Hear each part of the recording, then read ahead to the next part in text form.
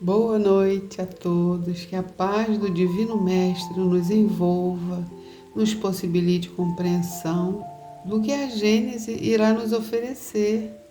Hoje estudaremos o capítulo 6, continuando, Uranografia Geral, e falaremos sobre a criação primária e a criação universal.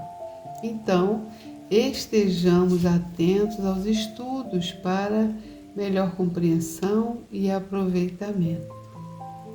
Senhor Jesus, Mestre de nossas vidas, eterno dispensador de bênçãos, queremos te agradecer a oportunidade e rogar o auxílio da espiritualidade superior. Embora não sejamos merecedores, mas como necessitados de uma compreensão que ainda não possuímos, somos constrangidos a suplicar a misericórdia desses que velam por nós, que tenhamos a nossa capacidade de entendimento expandida e convertida em trabalho no bem. Muito obrigada, Senhor, por mais esse instante. Então, queridos, boa noite mais uma vez. Vamos dar continuidade ao capítulo 6, né? E hoje falaremos, como já disse, da criação primária. Esse vai ser o nosso primeiro momento e depois a criação universal. A gente já viu que esse capítulo ele foi todo explicado por Galileu. Então, no item 12, ele começa dizendo: depois de termos considerado o universo sob os pontos de vista gerais da sua composição, das suas leis e das suas propriedades, podemos estender os nossos estudos ao modo de formação que deu origem aos mundos e aos seres. Olha que legal! Ele diz: desceremos em seguida a criação da Terra em particular e ao seu estado atual na universalidade das coisas, e daí, tomando esse globo por ponto de partida e por unidade relativa, procederemos aos nossos estudos planetários e siderais.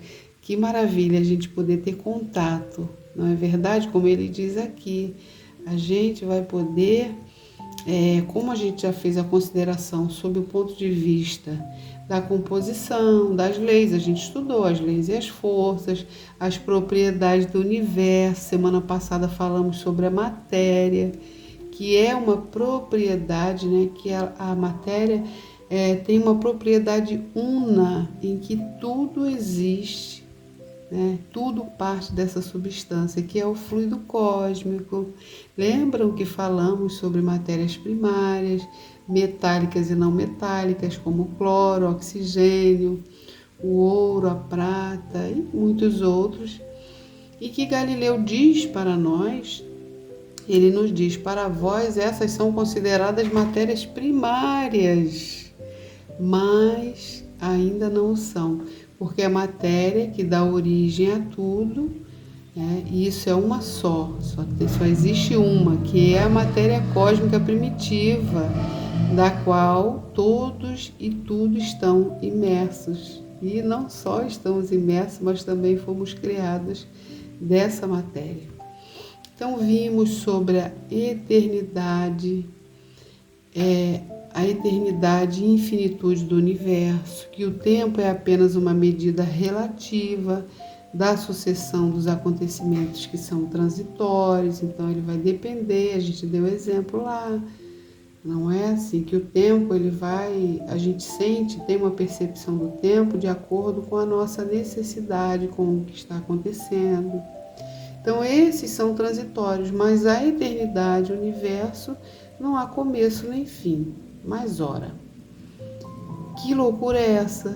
Se você está me dizendo que não há começo nem fim, não estou dizendo, estou afirmando, porque nós estudamos isso já nos capítulos anteriores. Mas que conversa é essa da criação primária? Teve ou não teve começo? Se é eterno, se é infinito? Então, Galileu diz, desde que Deus existiu, ou seja, desde sempre, suas perfeições eternas falaram. Antes que houvessem nascido os tempos, a eternidade incomensurável recebeu a palavra divina e fecundou o espaço. Não é? Gostaria de lembrar que isso, gente, aqui a Gênese não é como um romance ou como uma contação de história, que é só a gente prestar atenção para entender. Aqui nós entramos num campo mais filosófico, que exige de nós um pouco mais. É preciso um escutar mais cauteloso, com mais atenção.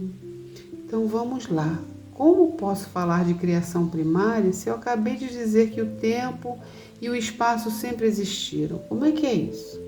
Se fazemos ideia exata, embora necessariamente muito fraca, diz ele, da infinidade do poder divino, nós compreenderemos como é possível que o universo haja existido sempre e que sempre exista. Isso aí é uma coisa que é constatado, não tem como a gente fugir dessa ideia, desse entendimento, a gente buscar entender isso, sempre existiu. E aí no item 14 ele diz, existindo naturalmente desde toda a eternidade, Deus criou por toda esta eternidade e não poderia ser de outro modo. E continua criando, Deus está sempre criando. Vimos aí, vez por outra, e outra também, cientistas descobrem novas estrelas, planetas, novos universos. O que será isso? É Deus criando, é Deus trabalhando. Então, visto que, por mais longínqua que seja a época que recuemos, gente, a gente não está falando da época de Jesus, de 2000 anos atrás, não, ele fala aqui, por mais longínqua que seja a época que recuemos, pela imaginação, vamos imaginar, vamos dar criatividade a esse contexto que Galileu nos traz. Ele diz, os supostos limites da criação, haverá sempre, além desse limite, uma eternidade. Então, por mais que a gente retroceda nessa imaginação, vai ter sempre a eternidade lá atrás, e mais lá atrás, e mais lá atrás, e assim sucessivamente. Então, no item 15, ele diz, o começo absoluto das coisas remonta, pois, a Deus. Então, quando a gente pensa em alguma forma de criação, os universos, isso nos reporta a Deus. As sucessivas aparições delas, no domínio da existência, constituem a ordem da criação perpétua. Que mortal, olha a pergunta dele, que mortal poderia dizer das magnificências desconhecidas e soberbamente veladas quer dizer sob o véu, veladas sob a noite das idades, gente, a noite das idades, que se desdobram nesses tempos antigos, em que nenhuma das maravilhas do universo atual existia, não existia essas maravilhas, todo esse contexto que a gente entende, que a gente percebe hoje, essa coisa que a ciência nos propicia, sabe, essa descoberta de universos, tudo isso que a gente consegue obter, nada disso existia outrora. Então, como é que podemos falar ou entender das condições ocorridas em eras antigas da criação? A gente às vezes desconhece até os fatos da nossa infância. Tem coisas que, claro, a gente era pequeno, não lembra, mas tem coisas que são passagens que a gente esquece, ou da vida dos nossos pais a gente desconhece. Então, como querer saber sobre esses tempos remotos? A gente não pode ter essa pretensão, só através dos estudos. A ciência está aí para essas coisas. Então, nessa época primitiva em que, tendo-se feito ouvir a voz do Senhor, diz ele, os materiais que no futuro haviam de agregar-se por si mesmo e simetricamente. Gente, é tão assim, é poético, sabe? Não é feito não é feito um conto, uma novela que você assiste, né? Ou ele poderia colocar isso de uma forma assim mais fria, mais científica, mas ele para nos atrair, buscar o entendimento, ele faz a coisa com tanta sutileza. Ele diz aqui, nessa época primitiva em que, tendo-se feito ouvir a voz do Senhor, os materiais que no futuro haviam de agregar-se por si. Gente, vamos assim imaginar todo um sistema, né, sendo criado, e esses materiais, essas substâncias, iriam se agregar por si mesmos de maneira simétrica. Vamos imaginar aí um quebra-cabeça, onde as peças vão se encaixando, como se fossem ímãs que se atraem para formar, diz ele, que beleza, olha, para formar o templo da natureza. Não é? Que templo é esse? São os mundos. No nosso caso é o nosso planeta Terra. Então Deus formou, e para isso acontecer, gente, foram necessários muitos anos, milhões de anos. Sabe, essas substâncias foram se aglomerando gentilmente, como ele diz ali, simetricamente, e formou ali o templo da natureza, da existência, das árvores, de tudo que nós podemos hoje presenciar. Então ele diz: se encontram de súbito no seio dos vácuos infinitos. Olha, aquele infinito, aquela coisa imensa, a gente não pode mensurar, né? Ele diz: de súbito no seio dos vácuos. Quando aquela voz misteriosa que toda criatura venera e estima, como a de uma mãe. A gente tem noção de quando a gente é bebê e a gente chora, que a nossa mãezinha fala, sabe, nos traz aquele alento. Então essa voz que ele diz, essa voz produziu notas harmoniosamente variadas para irem vibrar juntas e modular o concerto dos céus infinitos. Acho que ninguém mais assim propício a escrever isso que Galileu. Não é porque ficou tão sutil. Vejam que divina essa colocação dele. Ele poderia colocar coisas de uma forma muito científica, mas ele quis nos facilitar. Para quê? Ele descreve isso com tanta sensibilidade para que a gente possa viajar, sabe, nesse infinito, a gente assim se imaginar a infinitude e essas matérias se aglomerando, formando lentamente, alguns mais lentamente, outros não, como ele diz ali, não é? A natureza, formando o templo da natureza. E aí a gente lembra, né, que diz que no princípio era o Verbo, e o Verbo estava com Deus, e o Verbo era Deus. Ele estava no princípio com Deus. Tudo foi feito por ele, e nada do que tem sido feito foi feito sem ele. Maravilhoso, né? Ele diz: nada, nele estava a vida, e a vida era a luz dos homens. Isso está em João, capítulo 1, versículos 1 a 4. Então, voltando a Galileu, o mundo ao nascer não foi estabelecido na sua virilidade, na sua plenitude de vida, não, diz ele. Quando o mundo nasceu, os mundos nasceram, não foi com tudo isso que a gente conhece, com essa natureza do jeito que não tinha tecnologia, não tinha uma série, sabe? Era coisa muito rústica, não dá nem para a gente imaginar. E ele diz que o poder criador nunca se contradiz, Deus nunca se contradiz. E como todas as coisas, olha que interessante, o universo nasceu criança, gente.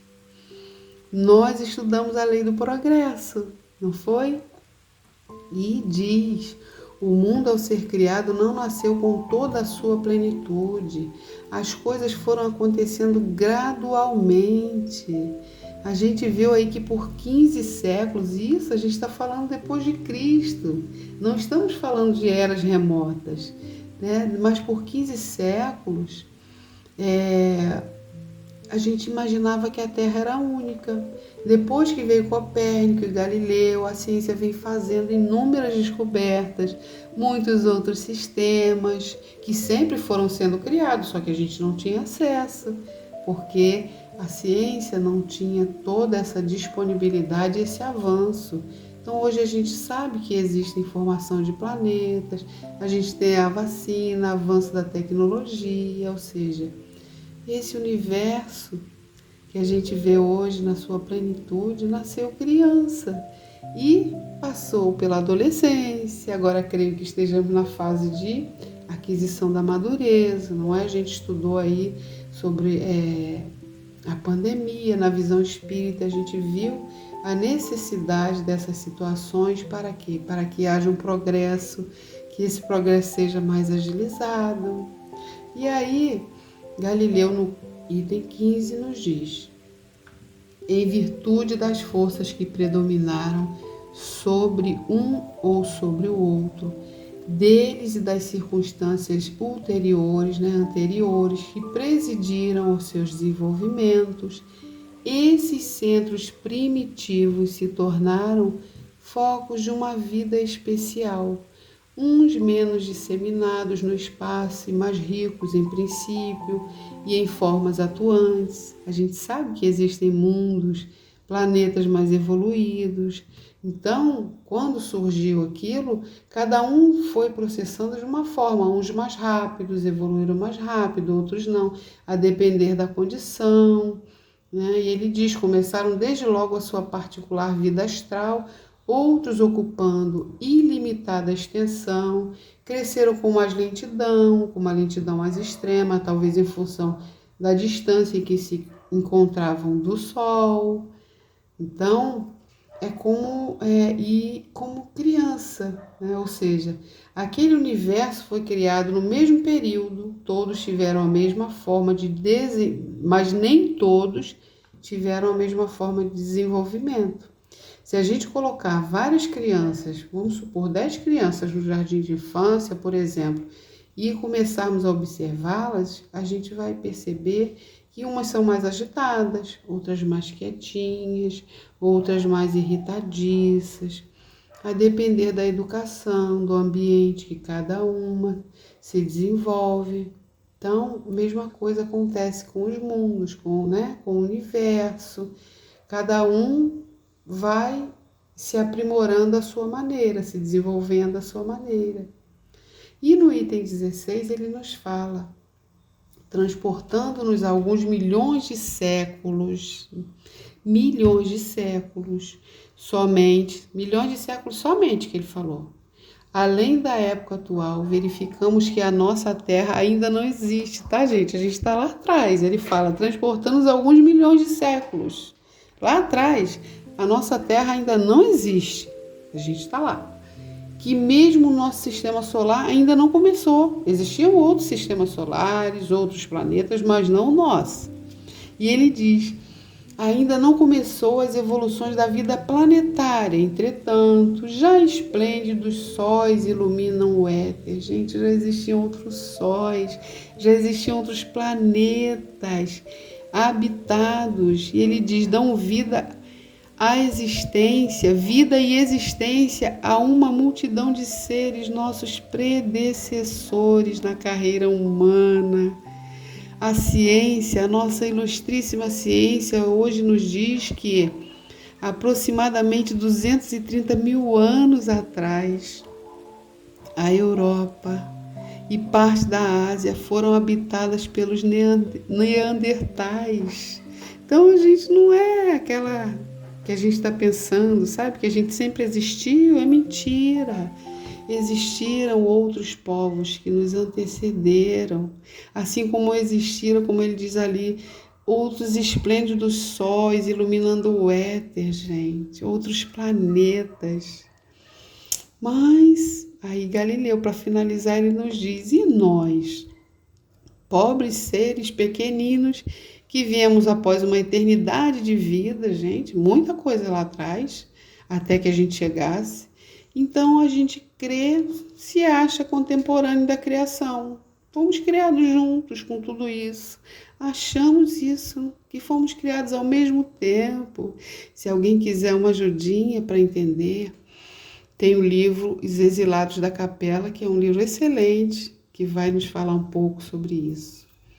Mas aí Galileu continua dizendo, saibamos que estamos colocados no meio de uma infinidade de mundos que vieram antes, outros após, e que a criação universal não se acha restrita a nós. Não é só nosso, existem outros planetas, outros universos, mais evoluídos, outros menos. E que não nos é lícito aplicar essa expressão à formação isolada do nosso pequenino globo. Ou seja, o universo é um constante nascer e morrer, é um ir e vir. Alguns planetas surgindo, outros tendo sua utilidade findada, assim como a Terra um dia terá o seu fim. Não é verdade? Então, assim, muito interessante essas colocações de Galileu para a gente entender. Então, respondendo a pergunta que eu fiz lá no começo, se não há começo nem fim, por que falar em criação primária? Teve ou não teve começo? Acredito que vocês saibam a resposta, mas Galileu se refere à criação primária de cada sistema, de cada planeta, de cada situação que vai surgindo, porque Deus vai criando sempre eternamente. Assim como o tempo é relativizado pelos acontecimentos, também o é a criação, né? Como diz aqui, a criação dos universos, a criação primária. Cada vez que se cria um, é primário para aquele que está sendo criado. Então é isso, a gente vai dar continuidade no próximo vídeo.